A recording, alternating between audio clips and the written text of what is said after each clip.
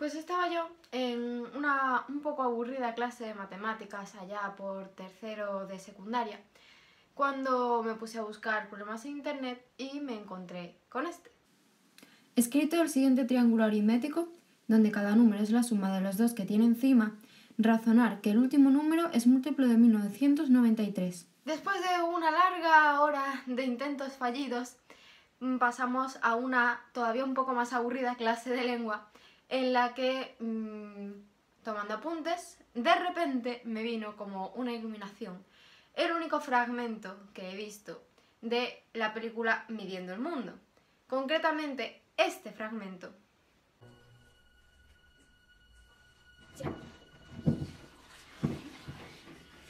¿Gauss, te rindes? Ya lo que se va a llevar una buena vida. ¿De dónde has sacado esto? Bueno, nos ha pedido que sumáramos todos los números del 1 al 100. 1 más 100 da 101. 2 más 99 da 101. 3 más 98 da 101. Siempre da 101. Y eso se puede hacer 50 veces. 50 veces 101 da 5050. Hablemos de Gauss. Gauss fue, en resumen rápido, uno de los matemáticos más importantes e influyentes que ha habido en toda la historia de las matemáticas, que no es poca. Y en este vídeo vamos a hacer un breve repaso sobre su vida y su obra. Y digo breve porque tanto su vida como su obra, especialmente su obra, dan para varios documentales a lo poco. Como podéis ver, este vídeo lo he dividido en varias partes para que no tengáis que tragarlo entero. La primera parte así más importante de lo que es contenido sería la biografía, y luego he elegido 5 hallazgos de Gauss para explicaros los 5 hallazgos que fuesen más prácticos, más cercanos, y 5, que además es el número favorito de Sophie Germain, porque hay muchísimos, es decir, os sorprendería la cantidad de cosas que en matemáticas llevan el nombre de Gauss. De hecho, os voy a enseñar la lista.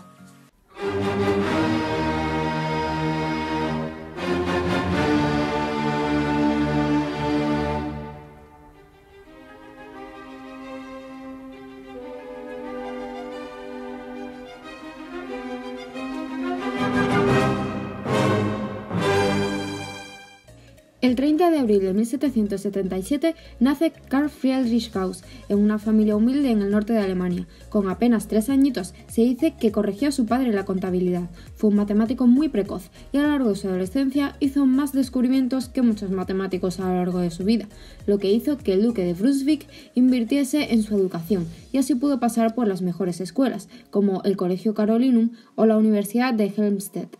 Para que os hagáis una idea, con solo 19 años demostró que se puede dibujar un polígono regular de 17 lados con regla y compás. Probablemente su obra más importante fue Dissertationes Arithmeticae, publicada a sus 21 años, edad a la que todavía no se terminaría la carrera según el plan actual.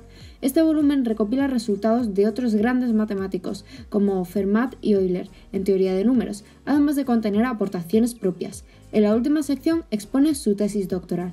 Recibió a lo largo de su vida los siguientes reconocimientos: el Premio Lalande, la Medalla Copley, la Orden Bávara de Maximiliano para la Ciencia y las Artes y la Orden del Mérito de las Ciencias y las Artes.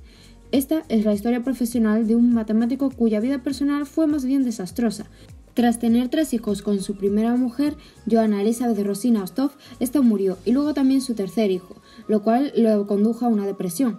Luego volvió a casarse con la mejor amiga de su primera esposa, Friedrika Wilhelmine Waldeck, con quien tuvo otros 3 hijos, pero ella murió por tuberculosis. Finalmente, murió a los 77 años. El primer apartado que os quiero comentar sobre los hallazgos de Gauss es la suma de Gauss, que es una preciosa fórmula con la que se pueden resolver problemas como el que aparecía al principio. Si os gusta el tema de las Olimpiadas, os recomiendo que le echéis un ojo a suma de Gauss y sucesiones, porque aunque es algo que parece muy sencillito, sale con bastante frecuencia.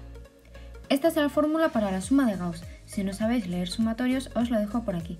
Aquí aparece generalizado, aunque también podríamos darle, aparte de esta expresión analítica, podríamos darle una interpretación geométrica.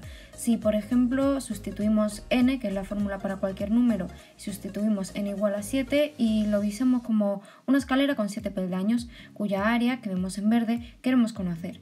Según la suma de Gauss, el último término se sumaría con 0, el penúltimo con el primero, y así sucesivamente, de manera que quedaría una figura tal que así. Esto ya no es una escalera, sino que es un rectángulo.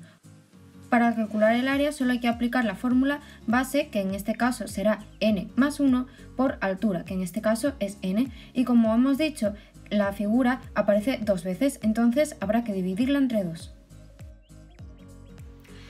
El segundo gran hallazgo que os quería comentar es la campana de Gauss, también llamada distribución de Gauss, distribución normal, distribución gaussiana o distribución de Gauss-Laplace. Y es esta función tan bonita de aquí con esta fórmula tan cookie de aquí. Ojo, que en esta fórmula podemos encontrar números tan famosos y tan bonitos como el número e, el 1 o el 2. No me digáis que no es monísima. ¿Y por qué es tan importante? Bueno, pues resulta que es una de las distribuciones de variable continua que con más frecuencia aparecen en estadística y teoría de probabilidad. Y sin ir más lejos, por ejemplo, si utilizásemos esta función para hablar de las notas medias de una clase, veríamos que las notas más frecuentes serían la parte en la que la campana es más alta. De manera que esto lo utilizan mucho los colegios, lo utilizan mucho las empresas, y otra cosa que también resulta de mucha ayuda es para, por ejemplo, predecir pandemias. Con lo cual, la campana de Gauss es algo que los estadísticos y los epidemiólogos han visto mucho últimamente. Y si ninguna de estas razones te parece suficiente para considerar lo importante que ha sido la curvatura de Gauss, podemos decir que es una gran fuente de memes de matemáticas.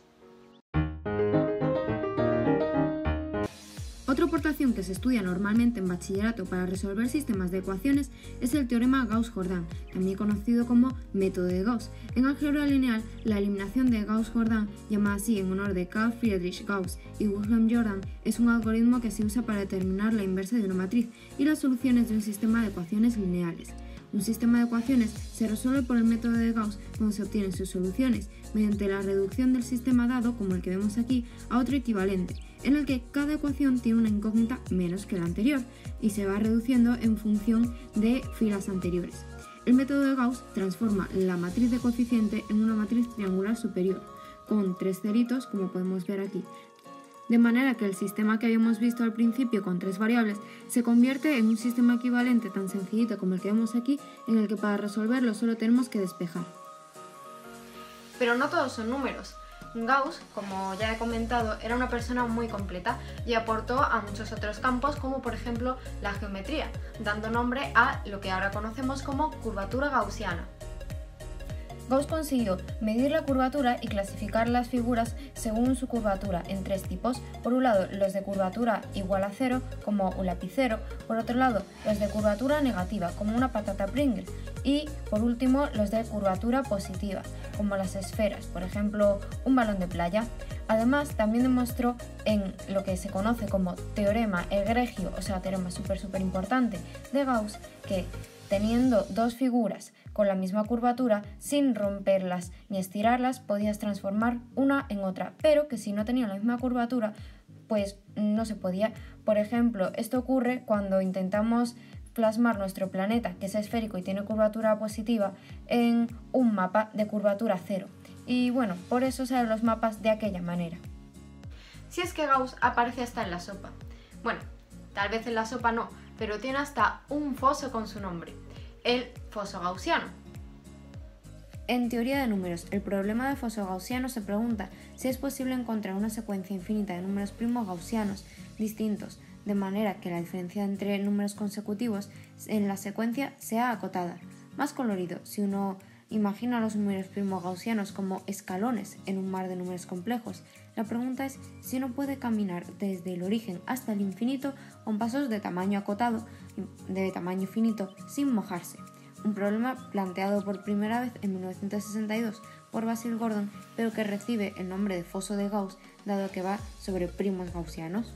Pues mis queridos locuelos, esto ha sido todo. Feliz día de las matemáticas y me gustaría cerrar este vídeo con una frase del protagonista que dice: los secretos de esta ciencia sublime solo se le revelan a aquellos que tienen el valor de profundizar en ella.